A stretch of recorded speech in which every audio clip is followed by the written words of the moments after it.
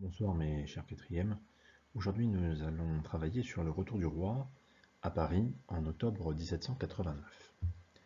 Afin d'introduire l'extrait du film La Révolution des années-lumière, voici une caricature qui a été réalisée par Isaac Cruikshank en 1789, remontrant le retour de Louis XVI et sa famille à Paris.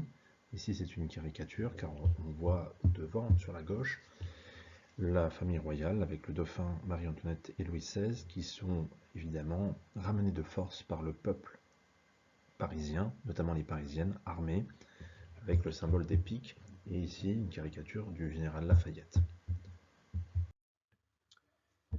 Bonjour mes chers quatrièmes, j'espère que vous avez passé de bonnes vacances. Aujourd'hui nous allons travailler sur le rôle de la femme, notamment les femmes du peuple dans la Révolution française. Avant les vacances, nous avions vu les événements historiques d'octobre 1789.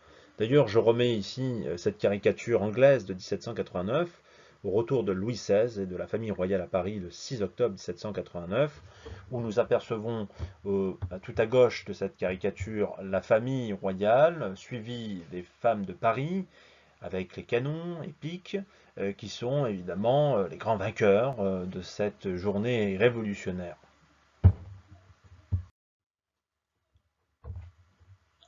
Travailler sur les femmes et la place dans la Révolution, c'est s'intéresser d'abord aux tricoteuses. Alors les tricoteuses, vous avez ici deux représentations, une anonyme, non datée, qui représente une scène d'un condamné à mort justement sur ce chariot, avec sous ces grands parasols des tricoteuses. Les tricoteuses vont être célèbres dans l'Europe, notamment à travers ce mythe, celle de broder des mouchoirs et de le tremper dans le sang des victimes lorsque celles-ci sont guillotinées. Pour autant, lorsque nous voyons la représentation de droite, réalisée par le sueur Pierre-Étienne, c'est une gouache représentant les tricoteuses jacobines ou de Robespierre. Elle s'inscrit dans l'année 1793 avec un fort engagement des femmes issues des milieux populaires. On les retrouve notamment dans les tribunes publiques des assemblées ou bien de la Convention. Elles sont aux côtés de ce qu'on appelle les sans-culottes et elles défendent souvent l'action de ce qu'on appelle les jacobins, ceux qui défendent donc un droit révolutionnaire républicain total. Ce document est d'un grand intérêt. Elle appartient à un ensemble de gouaches qui représentent plusieurs types de personnes, de scènes, en réalité c'est une grande gouache, qui a été dessinée sans doute à un petit théâtre. La légende, sans doute ajoutée postérieurement, identifie ces figures comme étant des tricoteuses jacobines de l'an 2, surnommées ainsi péjorativement en référence à une occupation à laquelle elles auraient normalement dû se livrer en privé, notamment au sein de la maison. Ici, elles s'affichent finalement sur la scène publique. Ces trois femmes prêtent une oreille attentive aux délibérations de la Convention. En fait, ici, nous avons l'expression farouche de la femme, debout à droite, main sur les hanches, et à la mesure de son engagement politique et de sa détermination contre, à l'époque, ce qu'on appelle le groupe des Girondins. Alors le terme de tricoteuse est une définition finalement assez ancienne. Regardons ici quatre définitions proposées par des historiens spécialistes à la fois de la Révolution ou bien de l'Empire. La première est celle issue du dictionnaire Histoire et Dictionnaire de la Révolution française. Tricoteuse, c'est ainsi qu'on appellera les femmes d'origine populaire qui suivaient en tricotant les séances de la Convention et apostrophaient les députés depuis les tribunes. Elles se trouvaient aussi sur le chemin menant à l'échafaud et participant à ce qu'on appelle les messes rouges. Trempant leurs mouchoirs dans le sang des victimes, la plus célèbre des tricoteuses se nommait Aspasie Carlemigeli, qui foula au pied le cadavre du député Fourreau, massacré le 20 mai 1795. Deuxième définition, tricoteuse signifie durant la terreur, celle qui s'installe, quelques-unes sans doute avec leur tricot, au pied de la guillotine pour voir tomber les têtes, d'où la légende des tricoteuses de Robespierre. Troisième définition, la tricoteuse est une image assez fantasmatique de la femme sur laquelle la Révolution évacuait une partie de la sauvagerie dont elle se savait porteuse. Celle qui, au pied de l'échafaud, se délecte avec une complète insensibilité au sanglant spectacle qui lui est offert. Et dernière définition, alors celle-ci a été proposée par Michel Bouvel, grand spécialiste de la Révolution française. Et puis la dernière définition que nous avons décidé de sélectionner pour ce document, c'est celle qui désigne les femmes qui s'assemblent devant la guillotine ou suivent la charrette des condamnés en tricotant. Alors, évidemment, ici, ces définitions, elles vont être utilisées à partir de la Révolution soit pour renforcer un imaginaire sanguinaire, ou bien pour opposer les personnes, notamment les royalistes, qui perçoivent la Révolution française, notamment la République, comme étant une révolution sanguinaire, violente, barbare. Bien sûr, les femmes assistent, au même titre que les hommes, aux exécutions publiques. Ici, rien de nouveau. D'ailleurs, au XVIIIe siècle, les exécutions publiques étaient les étaient assez violentes sur l'espace public, notamment les potences, notamment sous les rois de France. Alors le terme de tricoteuse, finalement, renvoie à une vieille injure sociale. L'étude du mot lui-même soulève plusieurs interrogations, sur lesquelles l'historien rebondit. Bien avant la Révolution, le terme de tricoteuse est déjà porteur d'une charge très négative sur la femme. Le mot est employé comme une insulte par les femmes du peuple. Tout au long du XVIIIe siècle, les marchandes de la Halle de Paris viennent se plaindre au commissaire de police d'avoir été traitées aux autres injures plus répandues de poison, garce, putain, etc., voire de tricoteuse.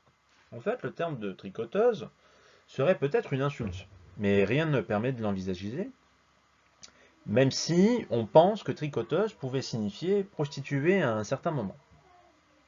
Ce qui est sûr, c'est que en 1791, un marchand parisien, Potel, emploie par exemple qu'une cinquantaine d'hommes et de femmes payés chaque jour 12 sols, en gros c'est un salaire très bas, notamment sans compter ces 200 femmes qui s'occupaient à tricoter à l'hôpital et qui ne gagnent que 8 à 10 sols par jour, à moins de 2 euros par jour.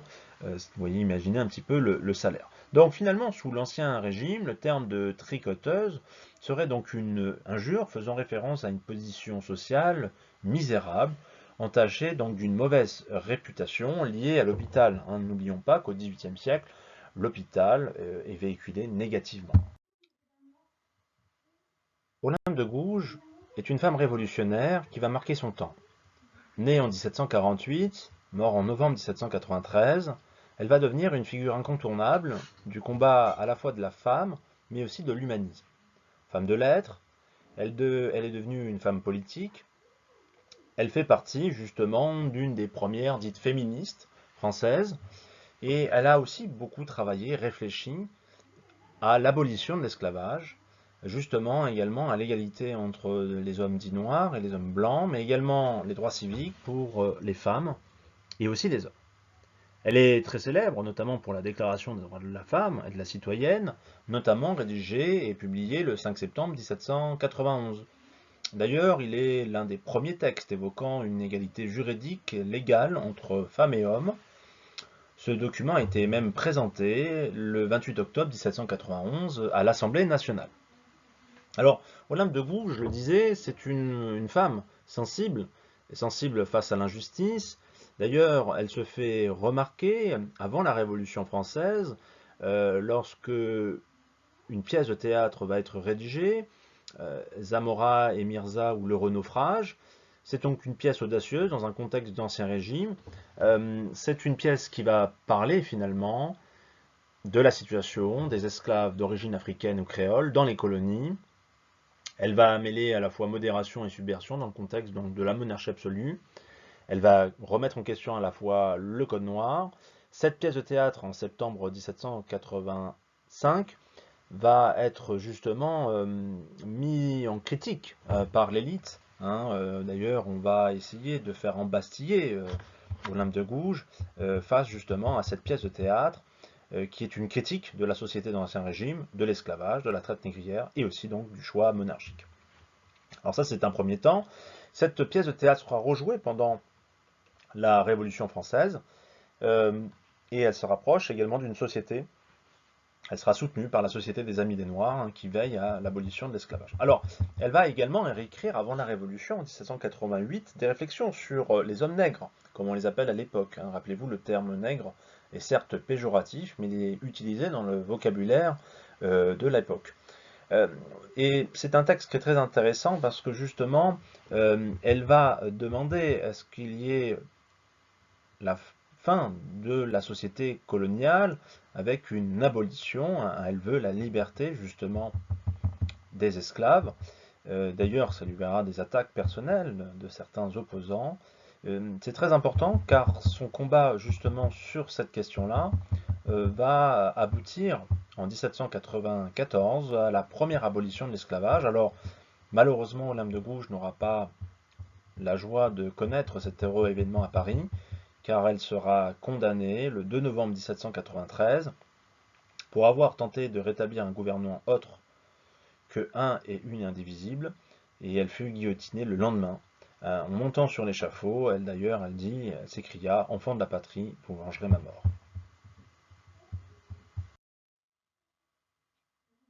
Donc Olympe de Gouges a publié en septembre 1791 la Déclaration des droits de la femme. Nous avons ici un extrait, alors à la fois le portrait d'Olympe de Gouges, peint pendant la Révolution, et ici un extrait de cette publication. Cette Déclaration des droits de la femme et de la citoyenne est une déclaration très importante. Elle prend à contre-pied la déclaration du 26 août 1789 et elle établit donc une égalité à la fois juridique, politique des femmes. Il faut savoir que ce premier féminisme, si on peut l'appeler ainsi, entraîne plusieurs décrets qui vont améliorer la condition de la femme. Tout d'abord, les femmes ont droit à ce qu'on appelle les droits de succession lors de la mort de leur mari, le 8 avril 1791. Il va y avoir également l'institution du divorce en août 1792, qui sera d'ailleurs réaffirmée lors de la mise en place du Code civil sous le Consulat et l'Empire de Napoléon. Et puis il y aura également l'admission des femmes comme témoins à l'état civil le 20 septembre 1792.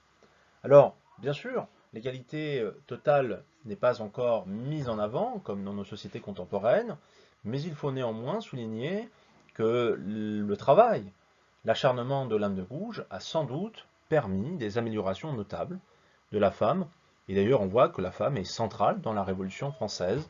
D'ailleurs, elle a toujours été centrale dans tous les phénomènes historiques. En guise de conclusion sur le rôle de la femme, que nous continuerons à voir dans l'histoire à la fois de France et l'histoire internationale, on s'aperçoit que la Révolution française n'a pas tout réglé. On peut donc partir d'un bilan plutôt mitigé. Certes, les femmes ont désormais une personnalité civile, ils ont une certaine égalité par rapport aux hommes en matière de succession, de majorité civile, mais aussi de majorité pénale. D'ailleurs, on le voit, les femmes sont guillotinées. Nous verrons très prochainement, et je l'espère en classe entière, le procès de Marie-Antoinette, et puis vous verrez tous les autres événements qui vont découler de la Révolution française.